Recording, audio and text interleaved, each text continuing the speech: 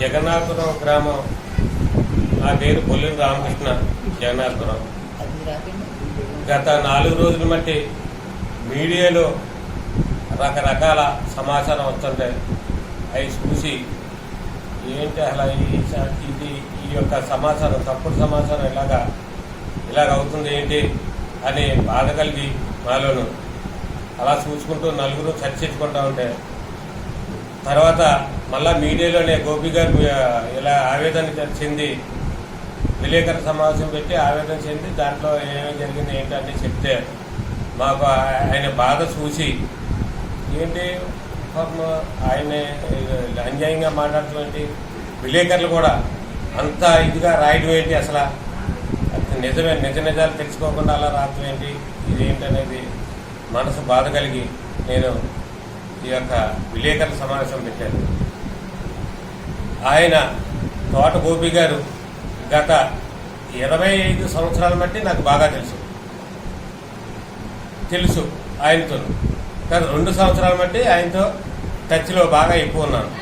కారణం ఆయన కూడా మన బొలిశెట్టి శ్రీని గారు జనసేన తరఫున ఎమ్మెల్యే అభ్యర్థిగా నిలబడ్డారు. నువ్వు తెలుగుదేశమైనా బీజేపీ తెలుగుదేశం 3 చేస్తున్నాయి, యాక్టివ్గా ఉంటావు, నువ్వు కూడా చాలా జాగ్రత్తగా చెయ్యి, శ్రీను గారు చాలా మంచివాడు, నేను చెప్తాను, నీకు ఏది కావాలో చేస్తారో, గ్రామం అభివృద్ధి అవుతుంది, జాగ్రత్తగా చేయాలి అని చెప్తే నేను మా యొక్క స్నేహితులు అందరూ కలిపి అందరం చేసాము. ఆయన అఖండ మెజార్టీతో నెగ్గాడు.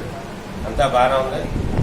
మాకు ఏదన్నా పని ఉంటే గోపి గారికి చెప్తున్నాం మేము, సార్ ఇలాగా మొన్న ఈ మధ్యనే మా అన్నయ్య, మా సొంత అన్నయ్య ఇక్కడ గ్రామంలో 3 ఎకరాలన్నర చెరువు ఉంటే చెరువు పూడ్చుకుంటాకి ఇలాగంటే ఎమ్మెల్యే గారి దగ్గరికి వెళ్ళండి, రైతే కదా మీరు, ఆయనే చెప్తారు అంటే ఎమ్మెల్యే గారి దగ్గరికి వెళ్తే 2 సార్లు వెళ్తే 2 సార్లు వాడు ఎందుకు వచ్చారు మొట్టమొదటిగా చెప్పాను కదా, తోలుకోమన్నాం కదా, బయటికి ఎవరికి అమ్మకుండా మీరు రైతులు తోలుకోండి.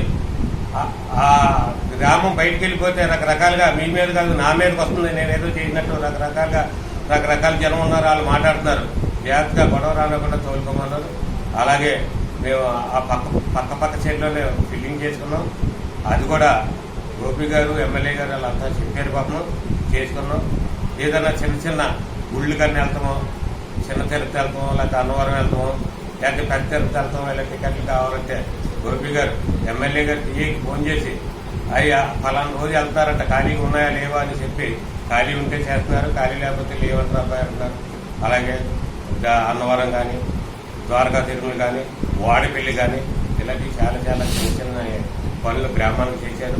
ఏదైనా ఉంటే చేసుకోమంటారు. ఏమంటే ఇలాగ ఉందంటే మీరు చిన్న రైతులు చాలా జాగ్రత్తగా అందరూ కలుపుకట్టుగా చేసుకోండి, ఏదన్నా పెద్దది ఏదైనా ఉంటే నాతో చెప్పండి, నేను ఎవరన్నా సహకారం చేస్తానని చెప్పి ఆయన చెప్పారు. అలాంటి మనిషి మీద ఎంత అబాండం అయితే మాకు బాధ కలిగి ఏంటి అసలు ఎక్కడ పోతుంది, అసలు అది దేనికి, ఇది చక్కగా మంచి మెజారిటీ ఇచ్చారు, అందరూ ఉభయలు కలిపి చేసుకోకుండా ఇలా ఒకళ్ళ మీద ఒకళ్ళు ఇలా చేస్తున్నారు అని బాధ కలిగి నేను ఈ యొక్క సమావేశం పెట్టాను.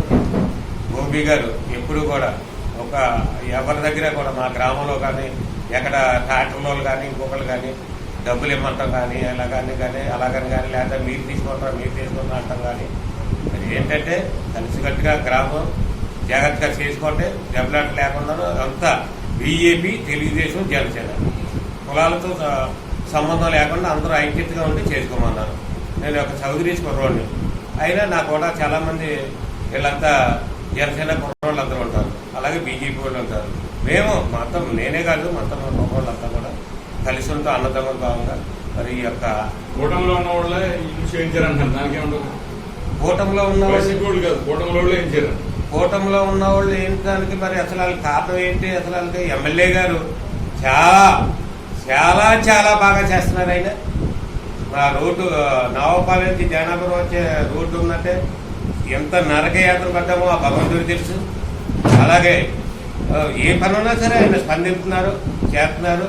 కూటమి ప్రభుత్వం సీఎం రిలీఫ్ ఫండ్ ఎమ్మెల్యే గారు ఇస్తున్నారు, ఇలా బాబ్జీ గారు కూడా అలాగే చేస్తున్నారు, ఏది పడితే చేస్తున్నారు.